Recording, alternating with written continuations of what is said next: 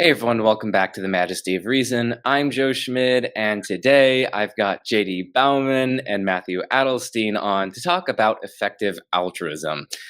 So how about we start with JD? Who are you and what do you do? Yeah, great to be here. So I direct Christians for Impact. We are a community of Christians who want to have a maximum impact on pressing global problems using evidence and reason. We have our EA for Christians project. So that's a Christian community within the effective altruism movement.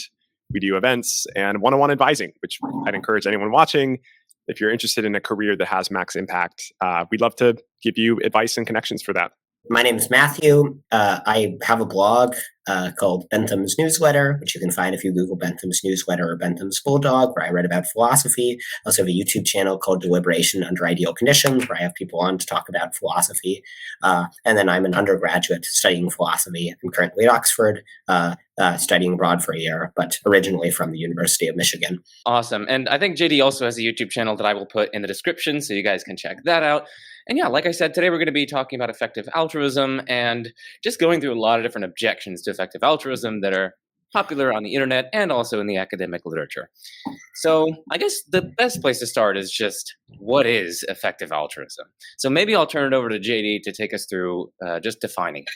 Effective altruism, I think of it as two things. It's this idea of using evidence and reason to find the best ways to do good and to take action on that basis. It's also a community, like a sociological movement, if you will, of people all around the world, individuals and organizations that are trying to put that into practice, especially for charitable giving and for career choice. It permeates a lot of other areas as well. I think Matthew has like an additional addendum for how he would define effective altruism. So I'd love to pass it over to him to add that on. Sure. So the way I think about effective altruism, there are three components to it that are distinct.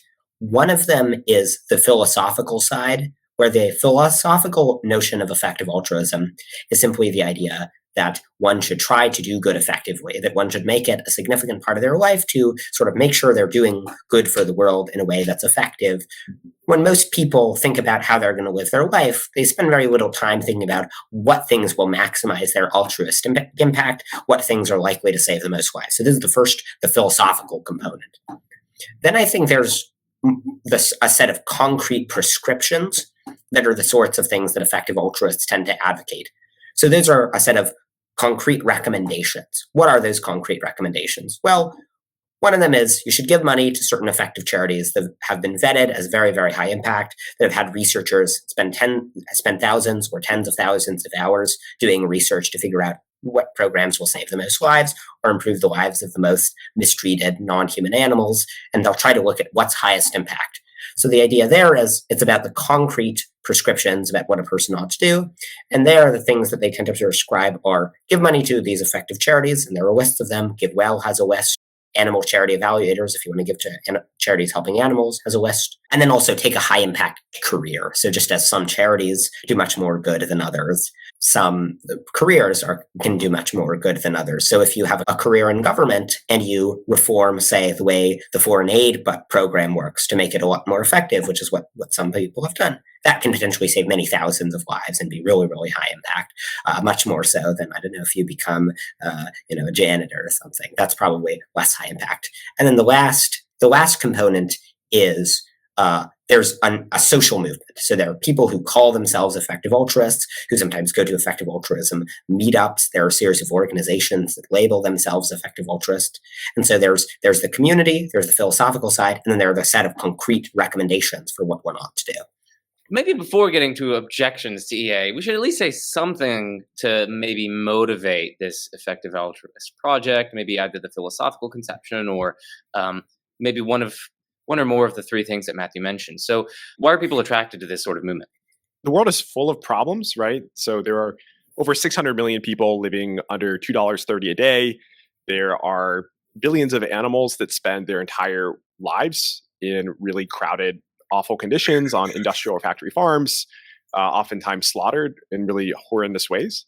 There are other tremendous problems we know about all the time, right? There's over 7 million people who died from COVID pandemic and tons of other issues. So with so many problems in the world and so many potential solutions, how do we go about like finding the ways to do good that do the most good, aren't just symbolic or trivial efforts to show sympathy, but really improve the lives of the vulnerable and the poor and the downtrodden as much as possible. I think it's that really motivates a lot of this effective altruism project, and especially me as a Christian. I want to follow the model of Christ. I want to follow in the path of Jesus. I don't just want to do some good. I want to do the most good possible for those that God loves. I think it's helpful here to perhaps break down the three components. When it comes to the philosophical side, there it just seems the case for it is pretty intuitively obvious that it's good to help people. If you can help people more rather than less, then that seems more valuable. And so if the way that, imagine that the way that a person decided where to put their money in stocks was they just selected at random, not based on what had the highest return, but just did it purely at random. This would not be a very good way of doing it because, if you care about maximizing your financial return, you should try to do it in a way where you look at what actually is best for maximizing your financial return. But this is roughly similar to the way lots of people seem to approach charity, where they'll give to a charity that makes them feel good in some way, but they don't give to a charity that they've looked at and vetted as effective. And I think this really matters. If I could add on to this, it matters because there's probably a really huge difference of impact between charities. So this is often unintuitive to people. If you survey people, they generally respond, at least in the US, that the best and the worst charities are roughly like 2-3x difference in terms of impact. If you actually look at global health charities, the difference between the average charities and the best charities is like 10 to 100 times impact, maybe closer to 1,000. And we can go into that research, but I think it was some of those findings in the global health literature that really motivated this call to effectiveness. It was also instances where helping hurt, where we had people who were trying to do good for the global poor, who were actually coming in, making things worse, in causing a huge mess of things. Everybody knows like the Tom Shoes example. I don't want to bully on Tom Shoes, but famous instance, they come in with the free shoes. They come in, jump out, flood the shoe market, kind of destroy the local shoe business. People are worse off than when they came. So how do we know we're not going to do that when we're trying to improve the world, sending billions of dollars of aid and other effort? How do we make sure we're not making the lives of people we're trying to help even worse? I think that's a motivating force for effective altruism. I was very surprised when I first learned just how effective the most cost-effective charities are. So the cost to save a human life in counterfactual terms is about $5,000. For every dollar you donate to an effective animal charity, you can save about 18 animals from languishing for their entire lives in a cage. And so when you realize that basically if you give away, say, 10% of your income to effective charities and you earn just the average income in the United States, you'll save about one life a year, right? If you earn $50,000 a year, you give away 10% of it, you'll save a life a year. That's a really amazing opportunity. You can think about the people in your life who you've lost. Think about just how terrible it is, the death of a single person. When you take into account that you can prevent that from happening every single year if you give away 10% of your income to these effective charities, it starts to look like a really, really good idea to do this. And for this reason, the effective altruism movement has, as a whole, ended up saving, since its inception, about 50,000 lives a year. So that's about 17 9/11s worth of death averted every single year by this fairly small group of people just trying to do good effectively. So in light of this, I think it's a really, really important movement, and there are really, really important high impact opportunities to help people. And this is especially worth considering when we consider that if you earn the median income in the United States, you're in roughly the richest 1% of people in the world, and you're in the richest 0.001% of people in world history.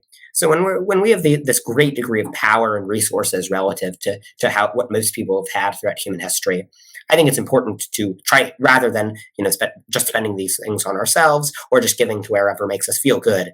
It's important to make sure that that we're doing good with the extraordinary resources afforded to us. And it's important to make sure that not only we're doing some good, but we're doing as much good as we can, that we're saving lots of lives. All right. So we've gone through what some of the motivations for effective altruism, we defined what it is, and now let's get on to the objections, because people haven't been totally silent about this movement. They've raised various objections to it. So just for the audience, for the rest of the video, we're just going to be systematically proceeding through maybe about a dozen or so objections to effective altruism and just offering responses to those.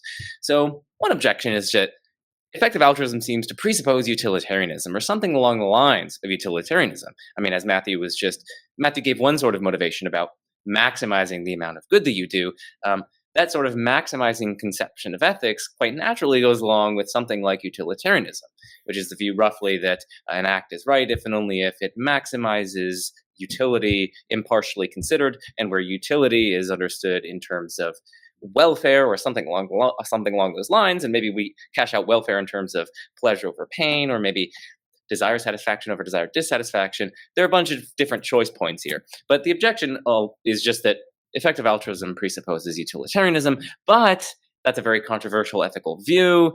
There are various objections to utilitarianism. There are lots of different cases which pull on our intuitions against utilitarianism. So take the case of the organ harvesting case, where someone who's suppose that they don't have a family, it's just a kind of homeless person wanders into a hospital, and it turns out you do some tests on them. You're the doctor, and it turns out that various of their essential organs are perfect matches to 5 other patients in the hospital. So you can take the heart, you can take the liver, you can take the kidney, you can take these various parts of this homeless person and save 5 other people.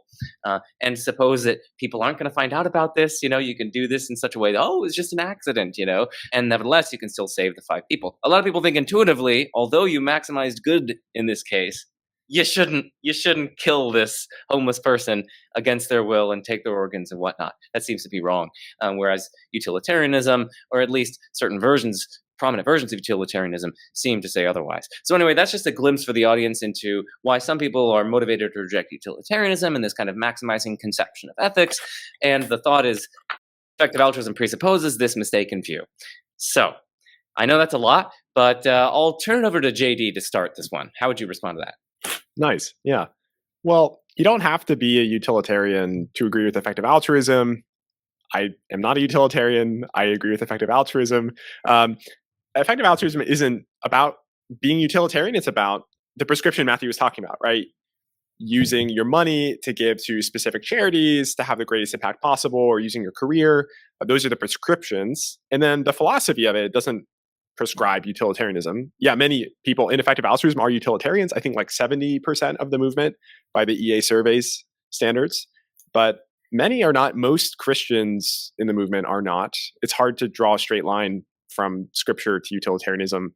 And that's one of the reasons why I don't find it convincing. But, many people are I think reasonably persuaded that utilitarianism is false, but still think it's really important that we do our best to make sure that good outcomes happen.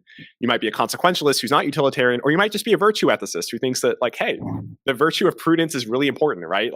If I have poisonous berries in front of my house, it's really important that I care about warning people or children not to eat from that berry bush.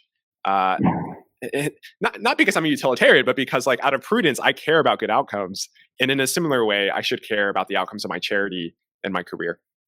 Yeah, I think that's right, and I think no part of the prescriptions of EA depend on utilitarianism. It may sound a bit like it does at first because it's talking about bringing about good consequences, but every plausible moral view will hold that it's good to bring about good consequences. If you can prevent something really, if you could prevent, a person from being hit by a car by pushing them out of the way, everyone will say you ought to do that, right? That doesn't assume utilitarianism. Where utilitarianism is controversial is it says not only should you prevent bad things from happening and stop bad things from happening and cause good things to happen. It says that's all that morality boils down to. There are side constraints on this, like rights. There isn't desert. It denies this other stuff. But this basic claim is utterly uncontroversial and adopted by every plausible ethical view. And then all you need is this basic ethical claim that it's really important to do good, to make the world a better place. And that's not specific to utilitarianism. That's common sense. So I agree. I definitely agree with you guys. And one thing William MacAskill points out in one of his articles is that he at least endorses in that article, together with his co-author, I can put this in the description for the audience, they write therein that they endorse a qualified definition of effective altruism, according to which effective altruism is the project of using evidence and reason to try to find out how to do the most good, and on this basis, trying to do the most good and prescribing doing the most good without violating the relevant deontological side constraints, while respecting people's rights, while respecting these various side constraints that people who are not utilitarians want to try to preserve. So that's just one thing that I want to mention is even William MacAskill, one of the kind of poster boys for effective altruism, points out that this is entirely compatible with deontological theories and, more broadly, non-utilitarian theories. Yeah, a lot of the high-ranking EAs are not utilitarians. I think McCaskill says he has about 50% credence in utilitarianism. Bostrom, I think, is not a utilitarian. I think Nick Beckstead, I believe, is not a utilitarian. Just a lot of the people who are these, who have written books about effective altruism just don't endorse utilitarianism. I don't think there's a conceptual link. The link is purely contingent and sociological. Yeah, I think at least by the EA survey, I think maybe about like 5 to 10% of the movement is not utilitarian or consequentialist. But the movement is also not all there is to the ideas, right? You can like participate nothing with the movement and like think the ideas are plausible and vice versa. Right, and abide by the relevant prescriptions, for instance. Right, so, right. Okay, so that's the utilitarian objection. Now let's get on to the incommensurability objection. So oftentimes when effective altruists are talking about donations and things like that, they're using a kind of quasi-precise cardinal scale of well-being, and or at least how much good you can do.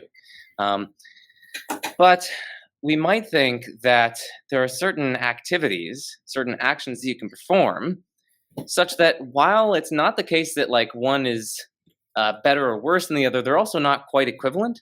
So maybe you think, compare becoming a nurse and becoming a lawyer, which helps people with various really important lawsuits and helps people's lives in that sort of way. One might think that both of them are doing significant good. It's not clear that one of them is much better than the other. And it's also not clear that they're like equal in terms of the goodness, their goodness. And the way you can see that is that, well, suppose that when you're faced with a choice of becoming a nurse or a lawyer, someone says, hey, I'll give you $5 if you become a nurse. If they were equal, that would actually tip the scales in favor of becoming a nurse, and that would dominate your other option. But we tend not to think that that's the case. And so maybe there are at least maybe this phenomenon is widespread where there are actions which are not commensurable with one another. It's not the case that one is better than the other, or worse than the other, and also they're not equal in terms of their value or their goodness. And if that's the case, well then, if that's quite widespread, well then we might worry about effective altruism's prescriptions to do the most good, because it's just there are going to be so many different actions, and there's just widespread incommensurability among the actions in terms of how good they are. And so maybe the prescriptions, like effective altruism wouldn't offer much tangible advice in that sort of case. So what do you think about this broad style of objection? I want to flag something as we talk about this. So I think there's two ways of talking about commensurability in this sense. One is maybe like the commensurability of actions and the moral value of those actions. And then the other is talking about the value of the agents themselves, right? Is like the person who is a lawyer more important, of greater moral status than the person who is a nurse, right? And so it's important that we don't hurt people's feelings, but also make the mistake of like associating those two for one thing. What I'd like to claim, and I'm curious what you think, Matthew, is that you can clearly make comparisons between the value of different actions and the outcomes that those produce, while also affirming that individuals are of equal moral status or moral worth. I think that avoids us from making statements like, we can compare the outcomes or the good that a lawyer does to the good that a nurse does, while also saying like the lawyer is like a more important person. And that's also important from a Christian perspective, to affirm the equal dignity of all people.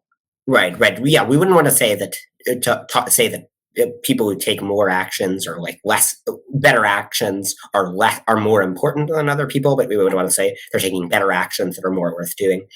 In terms of this broad commensurability worry, I mean, first of all, I deny that there's such thing as incommensurability. People are curious.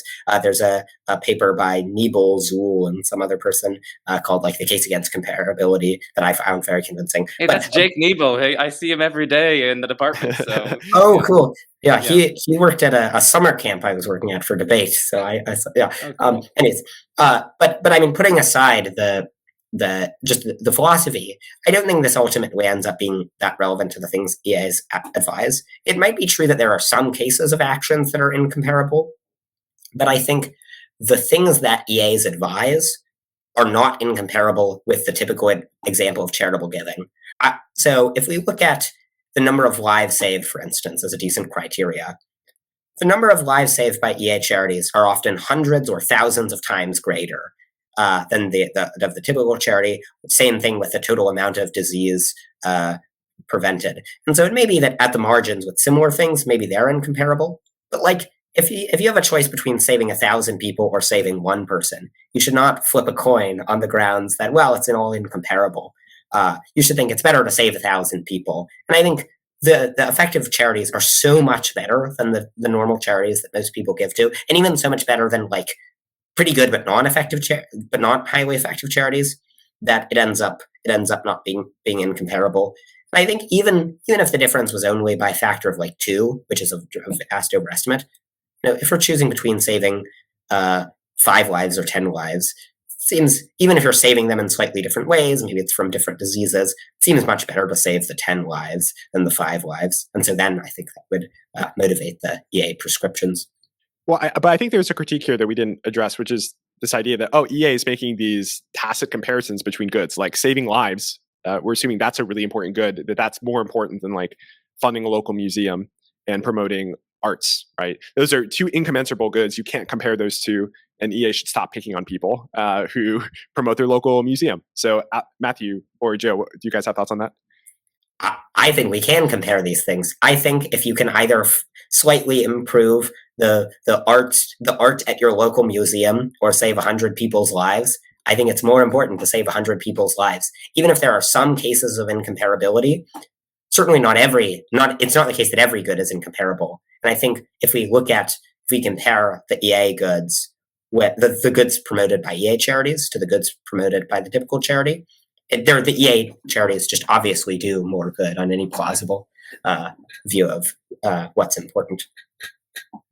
Yeah, I mean, I was thinking of something along the lines of the shallow pond case here. Just imagine that, like you're carrying one particularly important art piece for your local art museum. You're supposed to deliver from the artist's house that lives down the street to this art museum. And it would greatly improve the art museum. It would attract more people to it. It would add to people's aesthetic experience and whatnot. And it would just all around make the art museum better.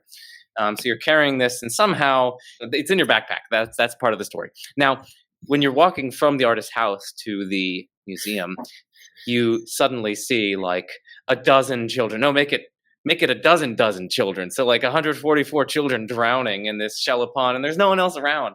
And for whatever reason, you can only save them by holding on to the backpack. Like for whatever reason, like they wouldn't be able to grab a hold of you when you're saving them. That you need an extra kind of space for them to grab a hold of. And so you really have to have the backpack on while you're going into the pond and getting these people to be saved. Now, obviously, this is a bit of a contrived example, but my intuition screams that you should still go into the pond, thereby ruining the art in your backpack while saving these dozen children from drowning. And it seems right. Yeah, that seems right. And that seems relevantly analogous to the case that we're considering, where you can save many, many more lives by donating to an effective charity compared to donating to the local art museum, which will have a relatively minimal impact on something that is valuable, aesthetic experience and community building and various other goods that arise from having a well-functioning local art museum. But it just does seem to pale in comparison. Yes. Yeah. Okay. Agreed. So that's what came to my mind here. Let's move on to another objection.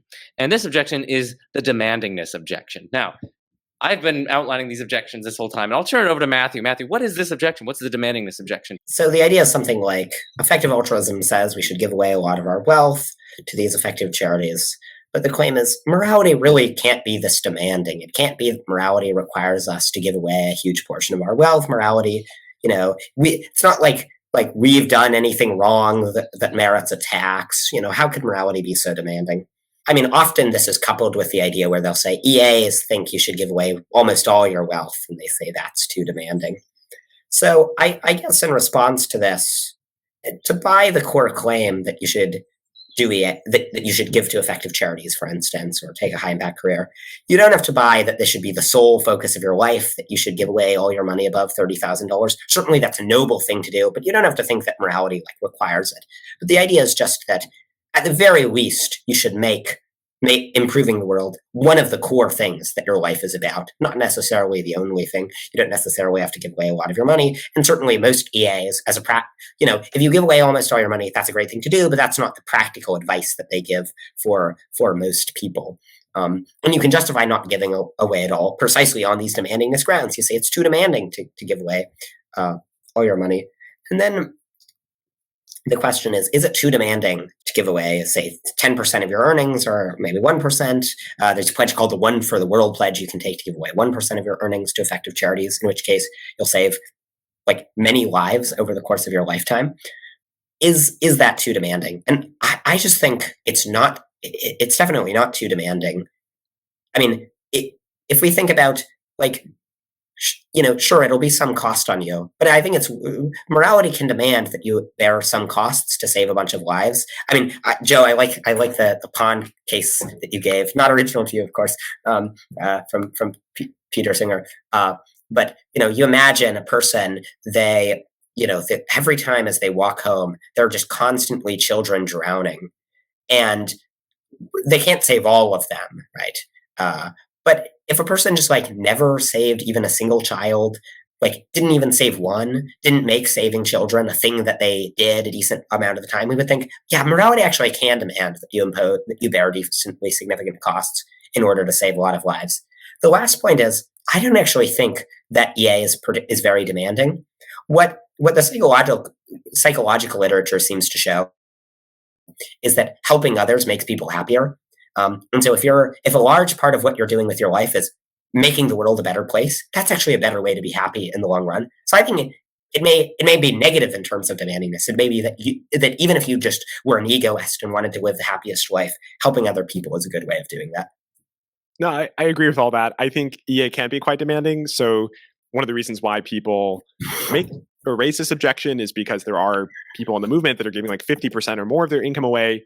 Peter Singer takes this quite far. He himself, I think, gives away 30%, but in principle, he insists that people should give up until the point that they are among the worst off. As long as they can give where the cost to their preferences is less than the benefits to somebody else's preferences, they should continue giving, which would, in practice, put someone in the West at a very low standard. I mean, quite lower class in terms of socioeconomic conditions, and probably still be okay because of government services and whatnot. But the kind of generosity that Singer says is required is really high. So I think actually in principle it is super demanding. I agree with Matthew that shouldn't disqualify it.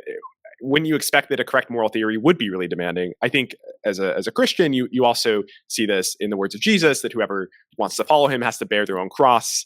The saints are noted for taking extremely morally demanding positions, and that's what makes them saints. You might think that's supererogatory, that we shouldn't expect that of everybody, but no, I think we probably should, and with a lot of grace, of course, for ourselves. But I like that example of, if you walked by the pond every single day, and every single day there's somebody drowning in the pond, maybe the 1,000th time, you're should you just stop and look at the sunset, right? You've helped drowning children 999 days before you, and today, can you just get a break?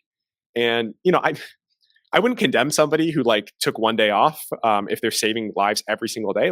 I actually have friends who are living in rural African communities, setting up rural health clinics, and they literally save or come close to saving lives every single day. And they do take a day off. They take a Sabbath, and that's really important for them, because doing good isn't just a sprint; it's a marathon.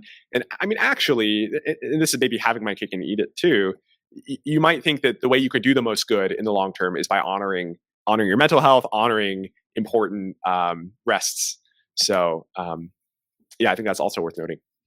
That's that objection. Let's actually just move on to another objection then. The earn to give objection. So JD, I think you noted this one in the notes that you sent to me. So I'll let you just spell out what is this objection and how would you respond? Sure. So there's a couple of forms of this objection. And to be clear, earning to give is this idea within effective altruism that one of the best ways to do good is to earn a lot of money, intentionally pursue a career that earns money so that you can give a large chunk of that away to effective charities. Matthew talked about how relatively inexpensive it is to save a life. So if you're earning a $200,000-$300,000 a year salary in finance, if you're giving half of that away, you can save 20-30 lives every single year from some preventable cause like malaria.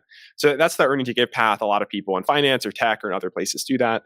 The objection is that, well, this produces really, some people think this is acquiescing to an unjust system of capitalism or exploitation that the current salaries are based on. Other people have this objection that EA is promoting a kind of ambition that leads to more exploitation and doesn't respect rule of law or side constraints. SBF is the most notable example of this. So I think that's the criticism in a nutshell. And a lot of people just think that doing good is more than earning money and giving it away. Like that's quite a simple formula. And a lot of people think that there's got to be more to it than that. And there is more to it than that. But a lot of people kind of resist that idea that altruism should be so connected with their pocketbooks. If you read a lot of news articles that are criticizing EA, often they'll mention that EAs advocate not as the only good career, but as one of several high impact career paths earning to give. Just sort of say, but clearly this is absurd. But I don't actually. I think it can sound a little weird. Thinking, really, the best way to help people, one of them is to become a banker, or work for Google and earn a bunch of money and then give it away. But I don't think it's that weird of an idea when you realize we live in a very morally counterintuitive world. We live in a world where for a few $1,000s you can save someone's life, and so. In such a world, if you can redirect hundreds of thousands of dollars every year to life-saving charities, as Jonathan said, if you earn $200,000 a year and you give half of it away, that's 20 lives a year. That's 20 people being saved. I mean, just think about that's like your entire extended family plus maybe another entire extended family or something. And when you realize that by working for an industry where don't work for some evil industry, right? Don't be like a lawyer for a drug cartel. And EA organizations are very clear in recommending don't do evil things, right? But just in terms of a career that isn't that just earns a lot of money, and you realize that can save 20 people's lives a year, it starts to look like that's a pretty good bet for doing good. I mean, once again, going back to the drowning child analogy, imagine that if you worked for Google, Google, they take a very particular bus route. And on the way to the bus route, several times a year, you have the opportunity, you can bring a fishing net to fish a drowning child out and prevent them from drowning. It would seem like that's a really good reason to take a job at Google if you can save 20 people's lives a year. And so if this is right, then I think earning to give, not as the only worthwhile career path, but it's one thing that you can do that's really worthwhile. Just to list some other examples of things that people in effective altruism do or prescribe. It's not just earning to give; it's also working in research to find even better charities or better places to give or to work. Policy, working at a higher level to improve institutions, to work at a much larger scale than maybe an individual could work at. Those are other common examples. Okay, so a similar objection to this last one that we just covered, and it's sort of related objections. So I'm just going to bundle all these together.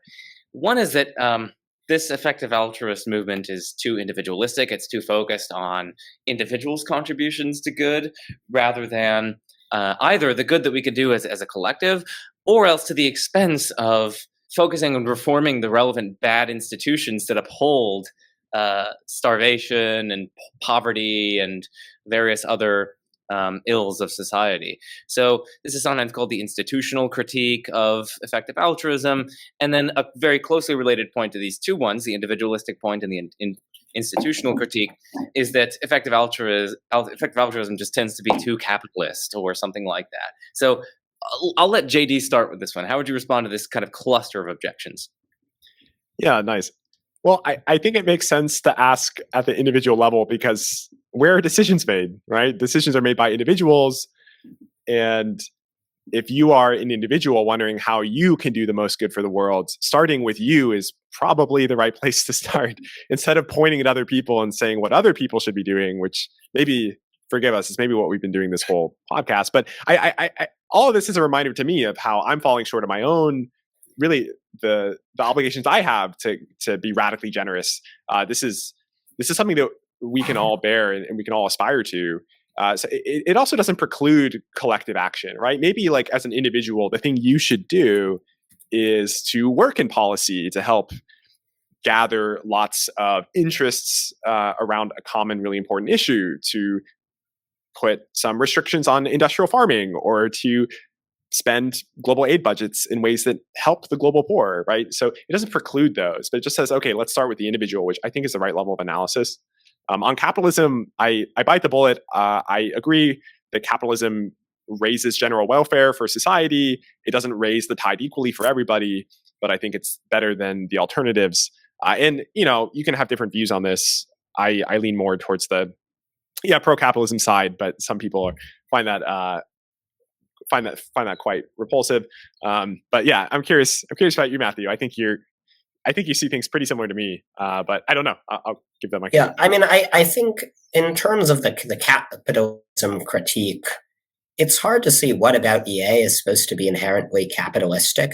Like the idea is like we ought to take high impact careers and give to effective charities. It's not like these are like bringing about changing like the economy in some developing country to being capitalist rather than socialist. It just seems sort of like ideologically neutral in the sense that you can get on board with it no matter what your ideology is, unless your ideology is pro death and misery and suffering, which very few people seems to be. So I think it's sort of a side issue. And I will say, I think if you actually look at like why this criticism is made, it's just for these weird sociological reasons, where it happens to be that the effective altruism movement grew out of a movement of that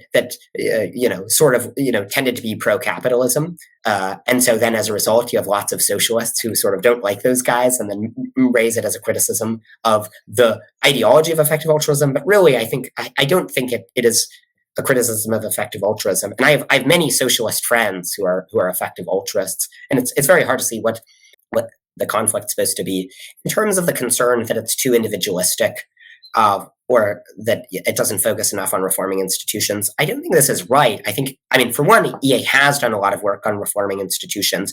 There was some EA who changed how remittances work to make it so that people can send money overseas more easily, so that it would improve the quality of life of many, many immigrants who are sending money overseas.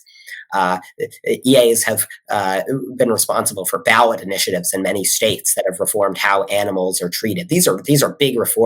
Now, it's true that EAs generally will not say, fund this charity that's supporting communist revolution. But that's just because even if you're anti-capitalist, it's very hard to see a compelling case that supporting communist revolution is likely to be particularly effective.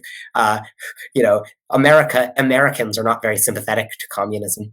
And so I think what differentiates EA is it really isn't that they're generally opposed to systemic reform. It's that when they go for systemic reform, they want to have a good sort of evidence-based reason to think that it'll work out. While lots of other people tend to go for systemic reform based on ideological commitments, even if there aren't compelling reasons to think it would work out. And lastly, I think, I am an individual. So if I'm thinking of the decisions that I should make, it's not going to be the decisions that would be best for a large group to make, because I can't affect that. The decisions I can affect are what decisions I make as an individual. And those, I think, are effective altruist decisions, giving to effective charities and so on. Right. There's a difference between which movement is better to found, right? So maybe if EA would be more effective if it focused more on groups, then it would be better to found the other movement. But given that the movement that exists at the margin, you should just look at what your impact is. I'm very skeptical of this, that like, it's hard to see what things are such that if we did them as large groups, they would be way more effective. Like I don't know, the average effective altruist can, over the course of their life, save like 100 lives. It's hard to see how, by being in large group, what kind of group action would be more effective than that.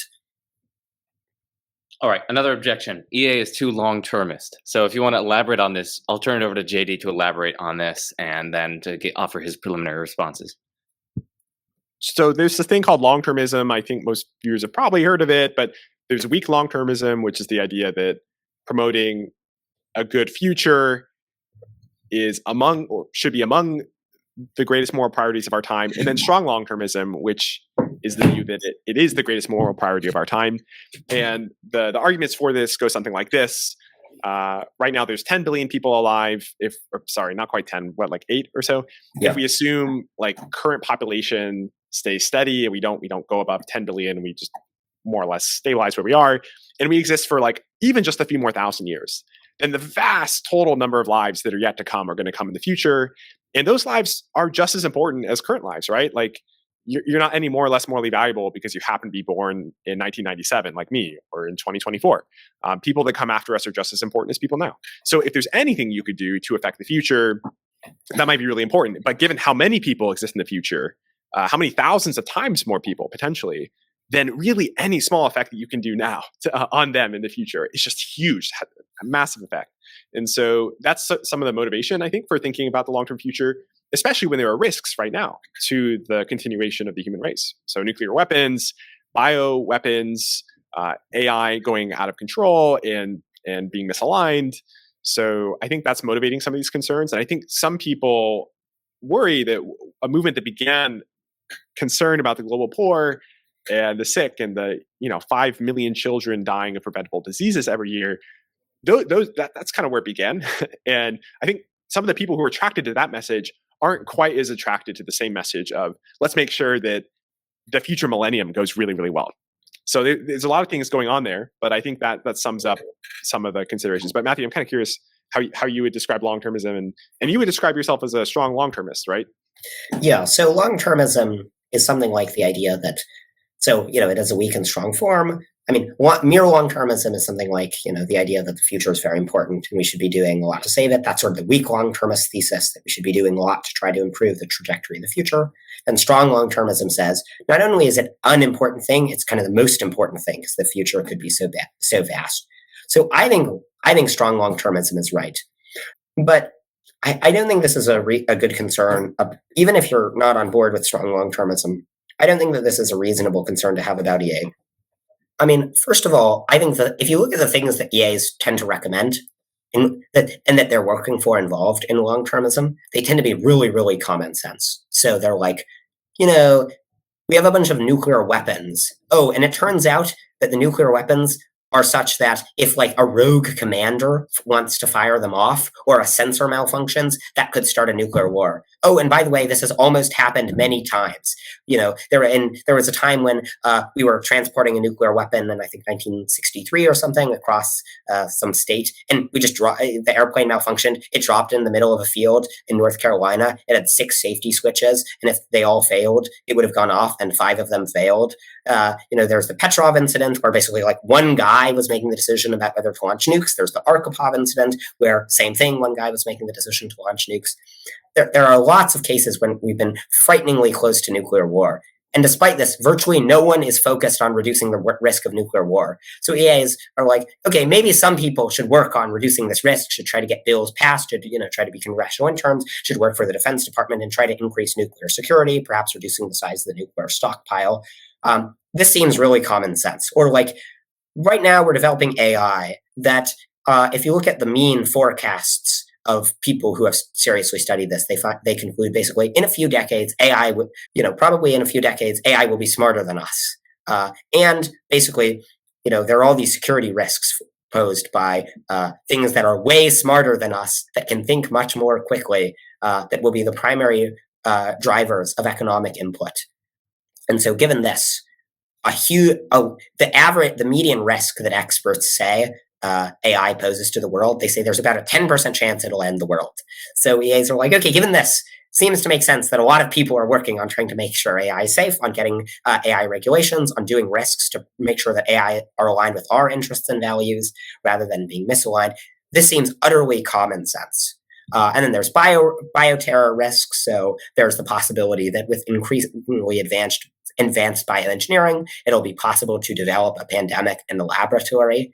It may have been that COVID started because of inadequate lab safety. There have been lots of cases of epidemics There was a case where smallpox in, I think, 1988 escaped from a lab, and we got it under control. But had we not, there would have been a smallpox outbreak after we had officially eradicated smallpox, which would have been like one of the worst things to ever happen. So given this, okay, making sure we have good biosafety seems really important. So I think the things that EAs push, they're common sense, even if you don't support bio, even if you're not a long-termist of any sort. I also think weak long-termism is pretty common sense. Like, we very often say, like, it's important to leave a better world for our children and grandchildren, right? And just as long as you buy that, then we should be doing more to make sure we leave such a good world, especially when there are these very strong philosophical arguments for why the future matters a lot. The final point is, even if you buy that this whole long-termism stuff is BS, maybe that should be a criticism of some of the things that the movements are doing, right? So then maybe you should not be on board with some of the things the movement is doing. But nonetheless, there are lots of really high impact opportunities to do good. There are lots of charities that you can donate to that aren't long-termist that do a lot of good. So if you don't like long-termism, don't be a long-termist, but still give to charities helping out, preventing animals from being tormented in factory farms. Remember, 18 animals can be prevented from being tormented per dollar of donation. You can save a person's life for a few $1,000s. That's really important, even if you're not on board with long-termism. There is this kind of slippery slope that happens. Learns about effective altruism. First, they're like, "Wow, this is incredible. I could do so much good by donating to the right charities." And I didn't know so many charities could do harm. I got to be really careful. And they might think like the bio arguments or the AI arguments are just pretty spacey and weird.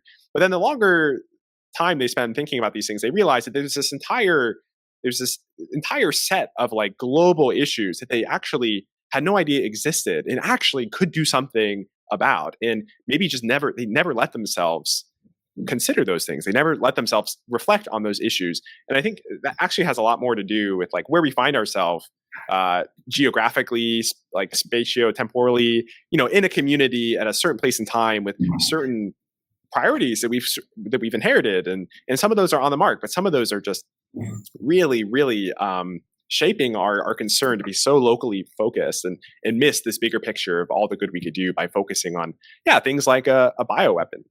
I was amazed when I learned just about a year ago from a friend who she was working on vaccines and solutions for COVID, and they couldn't ethically source a sample of COVID in their lab. They couldn't actually get they couldn't like swab someone who was sick with COVID. So what they did was they just generated COVID in their lab. They knew the sequence, they generated it in their lab. It took them a couple hours, and they can do this for almost any disease, and they can make diseases that do not exist yet, that are much more contagious, much worse off than COVID. And this technology is very inexpensive. So these concerns are not like high in the sky kind of concerns.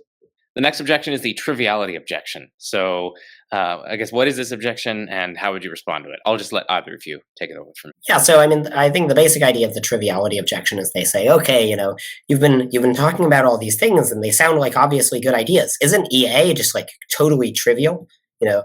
Doesn't it have no interesting content? Of course, everyone agrees that you should try to do good effectively. And the response there is, yeah, everyone agrees with it in a sort of abstract intellectual sense, but then almost no one does it, right? So you ask people, okay, they say it's obviously good to give to effective charities. And then you ask, okay, how much time have you spent doing research about whether your charity, the charities you give to are effective? Virtually no one has done any research. Virtually no one, if people maybe do a little bit of Googling to make sure the charities they give aren't sclerotic and corrupt, but they don't do very much research to look at what actually is the most effective. So you can't say it's trivial. Like there are lots of things that are trivial in the sense that everyone sort of agrees that they're a good idea, but then no one really does them. So if you had a movement that was about trying to be healthy effectively, so it was about trying to use, evidence and data to figure out what things were best at making you healthy. Like, that sounds like a good idea. Kind of everyone would agree that that was a good idea, but nonetheless, it wouldn't be trivial because people aren't doing it. And so EA is not just about sort of abstractly, intellectually endorsing the view that it's good to help others. It's about actually putting that into practice, which is something that very few people do. And it's strange that people often make this objection while claiming that EA is bad. It's very hard to say X is both so obviously good that it's to be trivial and also bad. You can't. Right. Can't have both. I think this objection is also combined with the view of incommensurability. Like if you think that there's like incommensurable goods, and also if you think that like the best interventions are not that much different than the average, then EA might be pretty trivial, right? Like if everybody's best efforts at doing good are more or less equally valuable, then why build this whole movement around it? Why talk about it so much? So I think some of those assumptions are motivating that view that these are just trivial perspectives. All right. Next objection is the sociological criticisms at the margin. So I'll turn it over to whoever wants to take over with this one and to provide your responses. Yeah, back in, what was it, October, November 2022, Sam Bankman-Fried was arrested or accused on charges of financial fraud and was eventually convicted. And Sam Bankman-Fried was, for a while, seen by some as this kind of poster child of the effective altruism movement. He'd been visited by what Matthew might call high-ranking EAs or people like Will McCaskill, who advised him that maybe he could do more good by earning a lot of money in finance and giving that away instead of what he had originally planned to do, which I think I recall reading was working directly for animal welfare charities. And so, $10 billion plus of money later that was lost and eventually redeemed the creditors, by the way. But after this whole big financial fiasco, Sam Bankman-Fried has become, for worse, a poster child of the EA movement. And I think critics constantly point to Sam Bankman-Fried as like this great case for why effective altruism is bad. And I think that's wrong on many levels, but especially the core of effective altruism that we've been talking about are these ideas that any person who wants the best for other people can agree with, which are that we should be more generous, not less. We should use more evidence, not less.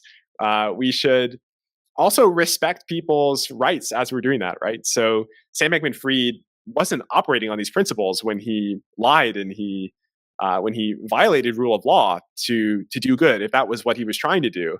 I don't think anybody would agree that's a good idea. But I think I'm going on a tangent. I think there's this. I think it's important to remember the movement as a whole has broadly done tons of good things. Like Matthew mentioned, it's saved 50,000 lives every single year from preventable diseases. It's freed tens of millions of animals from factory farms. And we see this in the church too. You have individuals who do awful things in the name of religion or in the name of Christianity. That doesn't mean like the way of loving others is bad. Like you wouldn't want to say like, oh, there are these Christians who did awful things, therefore like the way of Jesus Christ is bad, right? Like, I mean, you could make that claim, but I think most people agree like Jesus was a pretty great guy, right? Like people who act in the name of something don't necessarily represent.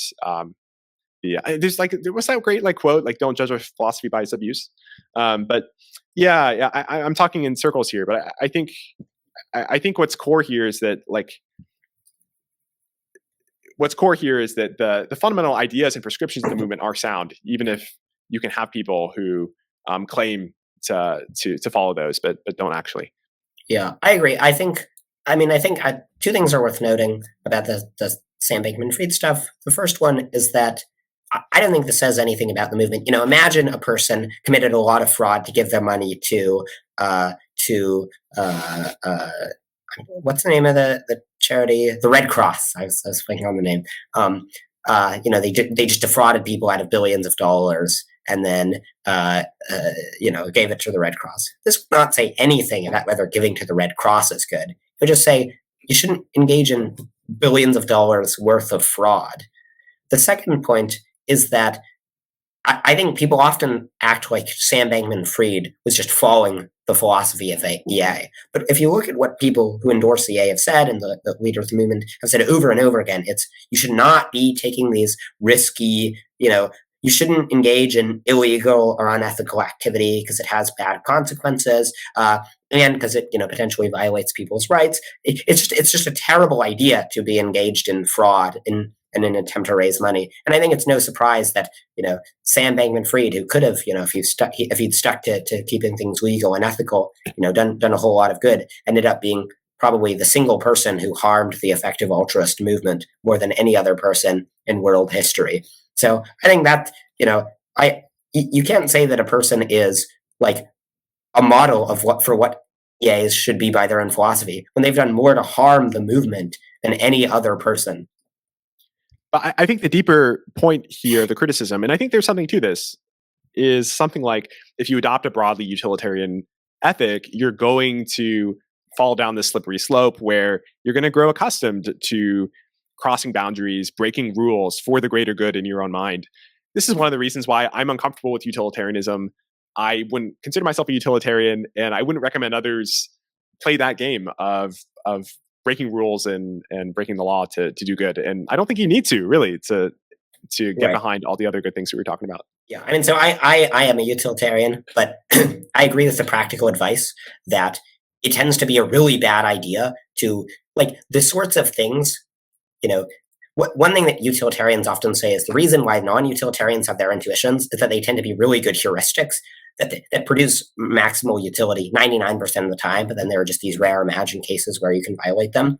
If that's right, then I think you really shouldn't go around doing illegal and unethical things on the grounds of that it might bring about more utility. It almost always does not bring about more utility, and it almost always has these like really tragic, disastrous consequences.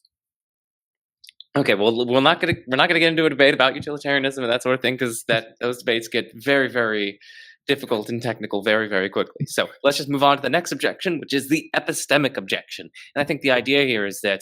How do you know it's the epistemic objection? Oh, that was so funny. Oh my goodness, I'm dying of laughter right now. Okay, the objection here is basically that, listen, we're like utterly clueless about what activities will, in the long run, do the most good, especially if we're considering like the indefinitely long run, like very, very, like millions of years in the future. And if that's the case, well, then we're kind of just in the dark about which actions will do the most good. And so once again, effective altruism has difficulty with its prescriptions here. So what do you guys make of this objection? I think this is more of a criticism of long-termist views, especially strong long-termist views, and the prescriptions of people who hold those views, that we should say like fund really abstract research into some possible end of the world catastrophe that may happen 1,000 years from now, right? And the person who makes this epistemic critique might want to say, well, do we really know? This is all like doing math on math. This is quite guesswork. Well, I mean, a lot of what the EA movement prescribes isn't just esoteric guesswork. It's doing things that we know through rigorous evidence, RCTs, randomized controlled trials, work to improve the lives of the poor and the vulnerable, right? So we have pretty high credence that things like malaria nets work really well to help stop people from getting malaria. We know with pretty high certainty that things like vitamin A tablets help people as well. So I think it's more of a long-termist critique, but I think there's also an extent to which some of these short-termist issues, we would have reason to think that like making sure the short term goes well is important for the long term, whether that's like stopping a nuclear disaster or preventing children from dying of malaria. Both of those, I can see how like those would ripple into the long-term future to have positive effects. But Matthew, I'm sure you have more to say. Yeah, I mean, so I first of all, I definitely don't think this is anything like a good objection to like short-term interventions, right? So I mean, imagine making this argument against other, you see a child drowning, and you say, oh, I shouldn't help them because I can't forecast the long-term consequences. No, seems like you should save them. Like you're rationalizing, yeah. Right. And I think maybe the way to think about it is you get less certain sort of as you go further into the future, but you can still predict, in the next decade, there's an extra person who's not dead. And okay. So I think at most, this is a criticism of long-termism. In worst case scenario, don't be a long-termist. But even if you're not a long-termist, as I was describing before, I think the things that EAs advocate, that long-termists advocate, are just very common sense. Like, even if you're not a long-termist, you should think if a nuclear war killed everyone, that would be a bad thing. Now, I think we're certainly clueless to some degree, right? There's certainly some degree of uncertainty about the future. But I think if we look at the trajectory of human history, we're now living about twice as long as we have throughout most of human history. We're now much more compassionate than we have been. I think the world is getting dramatically better over time. So for that reason, if we extrapolate out the trend, I think we have a reason to think in expectation the future will be pretty good. If the future is an expectation pretty good, then making sure there is a future is very important. And I agree that if EAs were trying to forecast in a fine-grained way, making sure that the sorts of governments that we have 10 billion years from now are really good, that would be kind of a doomed endeavor. But not what they're doing. All right, 2 more objections and then we will close. So the next objection is Travis Timmerman's kind of dilemma for effective altruism. Now, as the audience may know, I made a video with Dr. Travis Timmerman on my channel going through this dilemma, and it's going to be hard to explain in a brief period of time, but I'll try to do my best. It has to do with this debate about actualism and possibilism in ethics, and to bring out that debate, let's just consider a particular case. So this is from his paper. We can call this case the gig case. Okay, so Brandy has been invited by her friend Chad. Definitely a Chad. Okay, that's a good name. Brandy's been invited by her friend Chad to attend his musical gig. Brandy can easily decide to attend the gig and then decide at the gig to be supportive of Chad, which would be the best outcome. Unfortunately, Chad is a mediocre musician. Consequently, Brandy would not, in fact, decide to be supportive of Chad if she decided to attend his gig due to being irritated with Chad's performance, right? Even though she could decide at the gig to be supportive, she will not, in fact, decide that way. Since Chad would be deeply hurt, this would be the worst outcome, okay? Brandy could alternatively decide not to attend Chad's gig, which would be better than the worst outcome, but worse than the best outcome, okay? So Brandy, we can have a kind of branching, her decisions here are take a kind of branching structure. She could either decide to attend the gig or not. And if she decides to attend the gig, she can either decide to be supportive of Chad or not, okay? The best case scenario here is if she attends the gig and is supportive of Chad. The worst case scenario here is if she attends the gig, but she's not supportive of Chad. Instead, she voices her frustration that makes Chad super duper upset. It, causes a huge upset in their relationship, etc. So that's the worst outcome. And then the middle of the road here, not the best outcome, but not the worst, is if she just decides not to attend. And crucially, we have this extra information here. If she were to decide to attend, she would, in fact, not be supportive of Chad. And suppose that she knows this. She just knows that, in fact, although she could be supportive, she just knows that she's not going to be supportive. She knows that she'll just be upset with his mediocre musician skills. Now, the tricky philosophical question here is Brandy morally obligated to accept or decline the invitation? In other words, should she attend or should she not attend? Now, roughly, possibilists hold that Brandy is obligated to accept and attend because attending is part of the best series of acts that she can perform over the course of her life. That's just part of the best series of things that she can perform. Namely, it's part of the series where she attends and is supportive of her friend. By contrast, so that's what possibilists hold. By contrast, actualists hold that Brandy is obligated to decline and not attend because what would actually happen if Brandy declines is better than what would actually happen if she accepts. Right? So you basically look at your alternatives and you should pick whichever alternative would in fact have the best consequences. By contrast, possibilists say you should pick whichever one that it's under your control to secure has the best consequences among all the options that you at least can choose from. And that prescinds from what you would in fact choose. So again, it's a little bit of a complicated debate, but the basic dilemma then is effective altruists could either go possibilist or actualist in this debate. Now, there are other positions here, but the two dominant positions are actualism and possibilism. And each one of those seems to pose some challenges for the effective altruist. So earlier, JD was mentioning how, it seems permissible, and effective altruists oftentimes say as much. It seems permissible to take a day off, take a Sabbath, something like that. And it also seems permissible, at least to many effective altruists, that, if for the past 999 days on your route home from work, you've saved someone from drowning, it seems permissible for the 1000th time to at least take a day off. Now, that seems like a very kind of actualist prescription. They're saying, consider what the possibilists would say. The possibilists would say, no, you should save the child in all of these cases because that's part of the best thing that you can do over the course of your life. By contrast, actualists say, well, listen, consider what would in fact happen if you tried to do that. You'd get burned out, these various things. Even though you could do it, again, you'd get burned out. And what would in fact happen is that by taking these breaks in the long run, you would in fact do much more good. So that sounds like a very actualist prescription.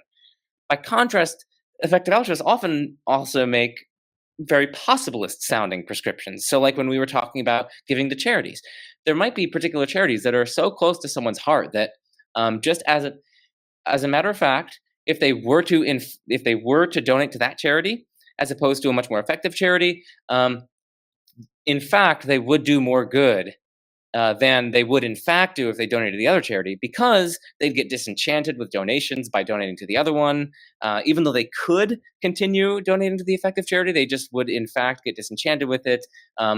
And likewise, they wouldn't get disenchanted with donating, and they'd continue to donate for the rest of their lives to the less effective charity. And so then, but nevertheless, effective altruists tend to give the kind of possibilist prescription here. Like, no, you still should donate. Like, you guys should be donating, and you should continue to donate to the most effective charity. So, long story short, this is what Travis argues in his paper. There's this debate about possibilism and actualism, and effective altruists oftentimes find themselves making very actualist sounding prescriptions, but then they also oftentimes find themselves making very possibilist sounding prescriptions. And it seems like they can't really have their cake and eat it too. These are issuing from different normative views in this controversial ethics debate. So that's a kind of dilemma. I'm wondering what you guys think about this dilemma. I mean, I know it's a bit of an abstract kind of thing, but I'm wondering what you guys think. Yeah, well, I mean, it's funny you raise this because when I was talking with my grandmother and I was saying she should give money to effective charities, and she said, "Oh, well, I think there's a dilemma where if you're a possibilist versus an actualist," and so nice to be addressing it here. I mean, I basically think so. I'm an actualist. But I think basically no matter which way you go, it doesn't quite matter. So if I'm an actualist, I think. I think, you should do what actually will be the best. Now you give this case where you say, well, what if there's a person who is such that if they give to a less effective charity, they'll be more psychologically motivated and they'll give more. And so they'll do more good overall. I'd say, I think that person, what they should do, given their psychological profile, is give to the less effective charity because they'll do more good in the long run. Now, I would hope to shape that person's dispositions so that they can give more to the more effective charity and give more overall. And I'm very doubtful that there are lots of scenarios like this because the effective charities are just so much better, hundreds or thousands of times better, that even if you give 10 times as much, it still ends up doing a lot less good. But if that really was the case, then I would say, yeah. If a person comes to me and says, I can either give to charity A or charity B, even though charity A is better, I would give less to charity A, such that I do more good by giving to charity B over the course of my life, then it's better to give to charity B. So I think that's how to go if you're an actualist. If you're a possibilist, first of all, you should rethink your poor life decisions. But I don't think this is much of a dilemma, where I think you can be a possibilist and say that something like the best thing to do is the sequence of action that's best, but you're not always demanded. You're not always required to do the best thing, right? So maybe, maybe morality can only be so demanding, and so you're only required to do sort of some amount of good, and that seems perfectly compatible with possibilism, where you just say, look, even though you should, when deciding an action, the things that give you reasons are possibilist, namely what action is consistent with the best course of action. You're not always required to do what you have morally the best thing to do. Then that could justify, not giving all your money away or something, or doing things that make it highly likely that you would be burned out. And if I could just add here, I mean, for the audience, that is somewhat similar to what Travis recommends. He recommends going hybridist, and what you just suggested sounds similar to his kind of hybridist solution. Now, that may still pose some challenges for the prescriptions that effective altruists typically give, but it can nevertheless preserve a lot of the core of effective altruism. So anyway, I'll invite my audience to check out that interview and make up their own minds. It's also possible I had not heard this objection before, so it's possible I've misunderstood something, but this is also my first time hearing this. So it sounds like Timmerman has a point there that maybe more effective altruists should engage with this idea. Okay, so for the audience, I'll link that the discussion that I had with Travis in the description. And Travis has sympathies with effective altruism as a movement. I'm not sure how he would describe himself, but he did explicitly say that he has sympathies. So let's turn to the last objection, and we should be brief here because I do have to get to class somewhat soon. I'll just turn it over to JD to cover this one. The objection is that effective altruism is incompatible with Christianity. So how do you respond to that? Now, I don't think Matthew and I are Christians, but JD is, so this might be relevant to our Christian listeners as well. And I'm glad to be the world's authority on Christianity, right? So I hear this a lot, but particularly in the form of utilitarianism. A lot of Christians think EA is too utilitarian for Christianity. And I think the answers to that are many of the same answers that Matthew and I were giving earlier. You don't have to be utilitarian. And in Christ's ethic, we see so much echoed in the EA movement, right? Christ says to love God with all your heart, soul, mind, and strength, and love your neighbor as yourself. I think the Christian walk is all about that. And we see Jesus saying, whoever has 2 shirts should give to him who has none, or thousands of verses in scripture about caring for the poor and vulnerable. That's often glossed over in today's common cultural discourse in Christianity. So much more of scripture is about giving what you have to the poor and to the vulnerable. And that's exactly like one of the main prescriptions of effective altruism is taking a pledge to give some percentage of your income, why not 10%, to the world's poorest people. I think that's exactly the kind of thing that Jesus would take. Maybe he wouldn't tell anybody about it, but it's the kind of action that he would take. Awesome. Well, I'll let you guys give any final words of wisdom for the audience, or maybe a call to action before we close out. So let's start with Matthew, and then we'll end with JD. I guess I would say if you found the things said here persuasive, you're interested in doing good, go to GiveWell, which has links to these very effective charities, or go to the 80,000 Hours website, which gives advice on how to use your career to do good. If you want to take a pledge to give a share of your income to effective charities, I've taken the pledge. There's a website called One for the World where you can pledge to give 1%, and you can have it be set up automatically so that you pay every year. You can also have it delay until you're done with college, for example. Or if you want to give 10%, you can take what's called the Giving What We Can pledge to give 10%. So that's what I would recommend. Yes, me too. I recommend taking the pledge. I took it. It's been one of the best things that I've done. And my wife and I have been on a journey together with challenging ourselves to be more radically generous. And we know that, hopefully, and as a believer, hopefully I'll meet the people that I help in heaven, and we'll be able to have a relationship with them, and maybe their lives in this earth were much, much better because of the generosity we were fortunate enough to extend. But it's also just made our life here like so much more meaningful, giving effectively to the global poor, to animals, etc. So I definitely recommend taking the 10% pledge. But then also the plug that I would have would be, if you're interested in getting career mentorship or advice for discerning how you could have a maximum impact with your career, we'd love to offer that to you for free at our website at christiansforimpact.org. We have 80 plus mentors in specialized fields who are focused on impact. We'd love to pray with you and give you advice. So that'd be my plug.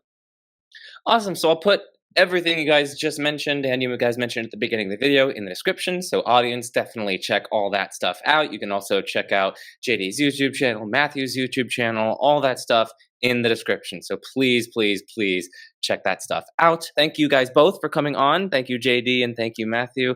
And what better way to end is there than I'm Joe Schmid. This is The Majesty of Reason, and peace out.